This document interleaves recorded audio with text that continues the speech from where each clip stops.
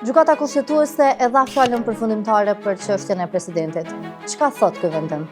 Përmes këtij vendimi u konfirmua ajo që kemi thënë prej kohësh, se afati 30 ditor, para të cilit duhet të zgjedhet presidenti i ri, nga dita e përfundimit të presidentit aktual, tashmë u konfirmua. Po ashtu, ky aktgjykim e konfirmoi edhe atë që kemi thënë po ashtu prej kohësh, se afati 60 ditor, brenda të cilit duhet të zhvillohet procedura e zgjedhjes së presidentit të ri, është afat që duhet të ezaurohet para fillimit të rrjedhjes së afatit 30 ditor. 34 ditë shtesë për kuvendin në formën e kompromisit që ku i fundit në emër të ezaurimit të afatit 60 ditor të bëj përpjekje për ta zgjedhur presidentin e ri.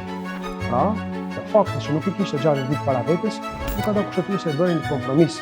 Për kësaj radhe bëri kompromisin në funksion të themelimit të institucioneve dhe jo në një funksion të shërbimit një adresë të caktuar.